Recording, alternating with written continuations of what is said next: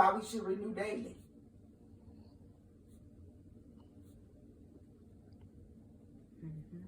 Folks stuck on religion, which is stuck on stupid.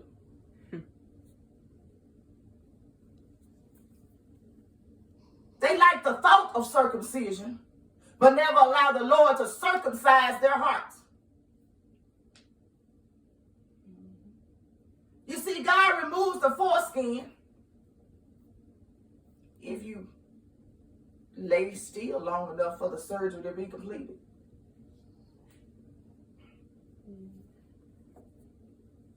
But if you're stuck in religion, you'll never walk in the Spirit.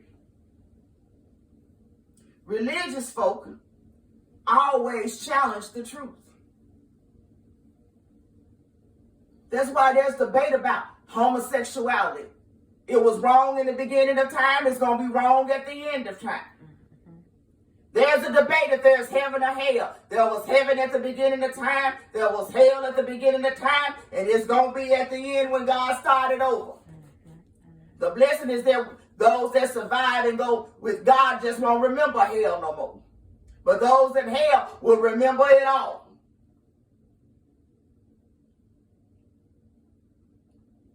Religious folk like to tempt the Lord.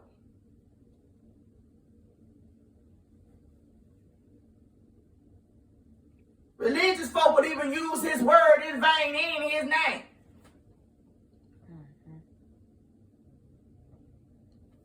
Religious folk like carnal interpretation because it makes them feel better about what they're doing. They like to justify themselves, but God is the justifier.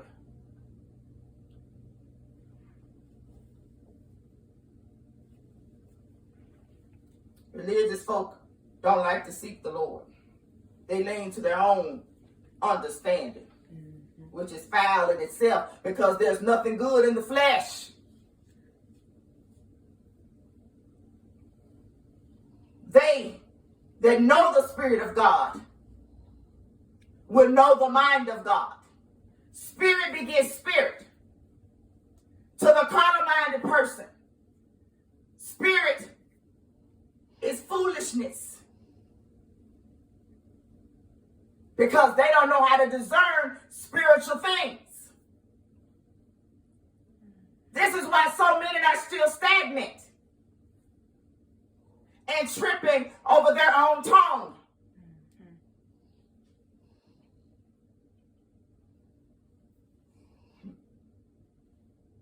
They'd rather feed you their own argument than to hear what heaven is speaking. The word doesn't need to be defended. All you need to do is obey. All you need to do is have reverential fear. Because when you have the fear of the Lord, the truth of the matter is, when true conviction comes, you're going to have true understanding.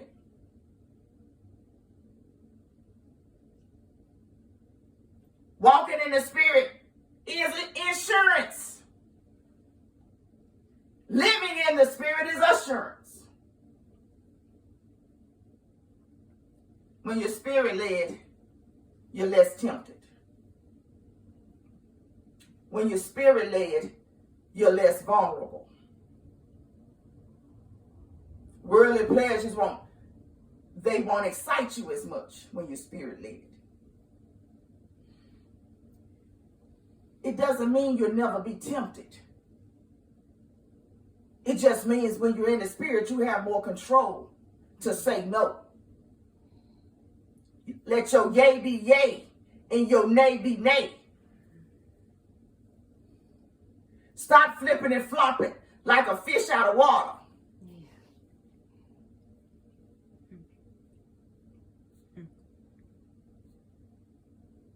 Help me, Jesus. When you are spiritual, you are free. You're free because you desire only to please the Lord. See, when you're bound, all you're looking for is yourself. How you can please yourself. How you can get the next fix. Cocaine, heroin. Your next fix. when you ought to be concerned about the drug called Jesus. If you're going to get high in the spirit. At least then you still have your brain working.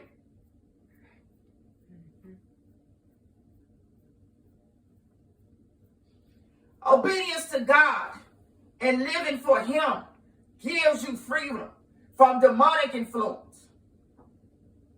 It gives you authority over your story. Stop giving power to the devil to write your next chapter.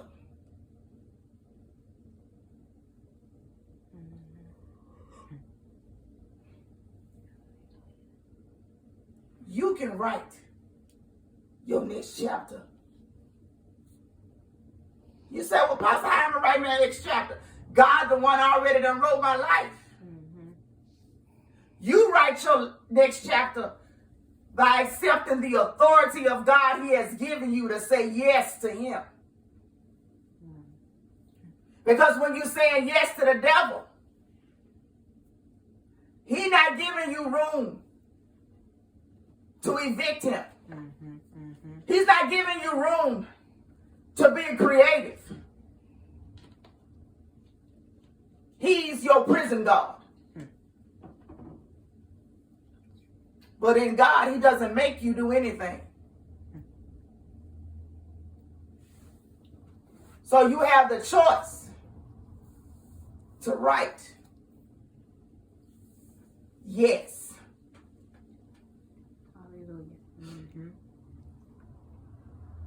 We have to say yes to His will, yes to His way. Yes to Him all day. That's your story. Yes.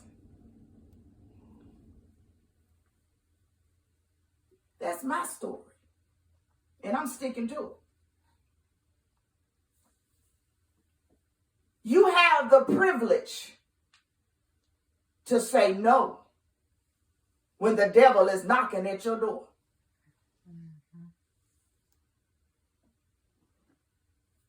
The word tells us, submit our ways unto God, resist the devil, and he shall flee from thee. Submit unto God. And when you say no, you close the door and then allow no more.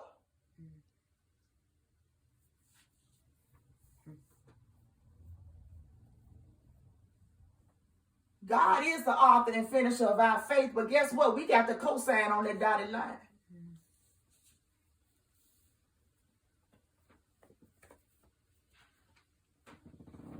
You are in debt to the one that you serve, be it God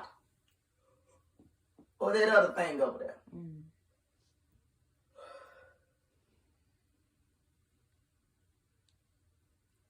But the question is, whose debt can you afford?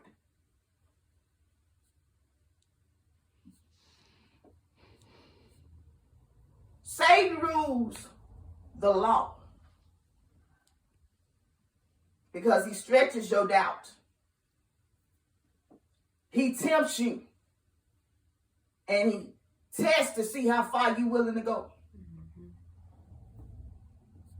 Satan will give you temporal satisfaction.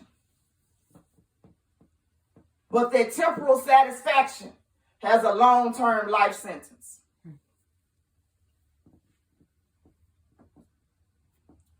But he that is under faith, who serves the Lord, is under grace. And there's a conviction that comes through your belief. And there's a surrender that shows up to help you follow through with truth. You have to be fully convinced.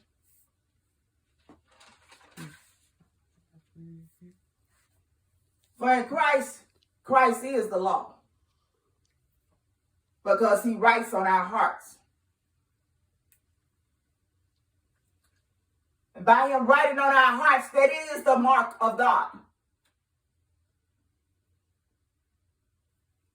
The mark of Satan is written on the forehead. It is represented by a carnal mind, a reprobate mind. His mark is written on the hand, when hands are always performing wickedness.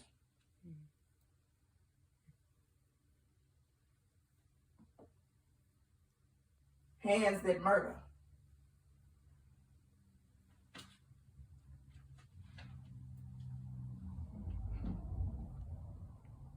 We walk by faith,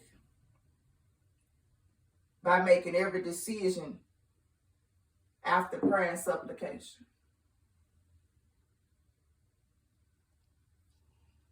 After prayer and supplication. And then thanksgiving. Some folk pray and act like they can't praise. They like, well, I prayed, it's done. Nope.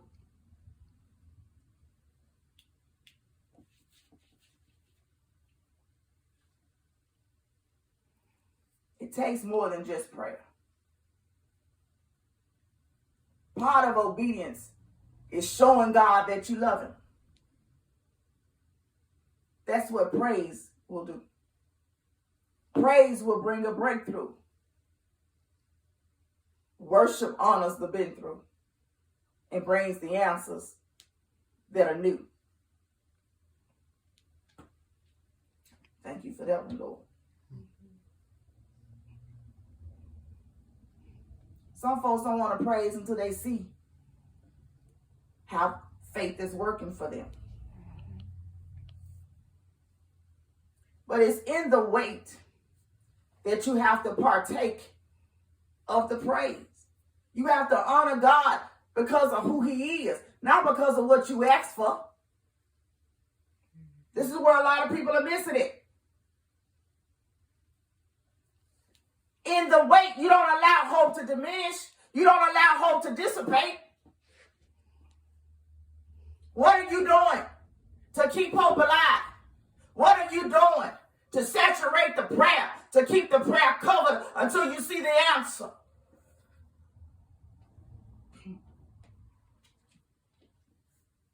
Faith is work.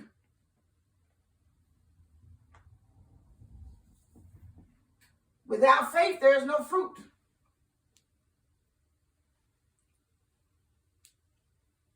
But faith is God's evidence.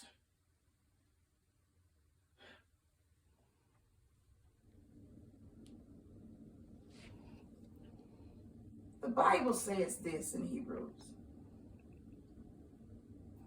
Faith is the substance of things hoped for, the evidence of things not seen. Ask yourself this question. How good or substantial is your substance?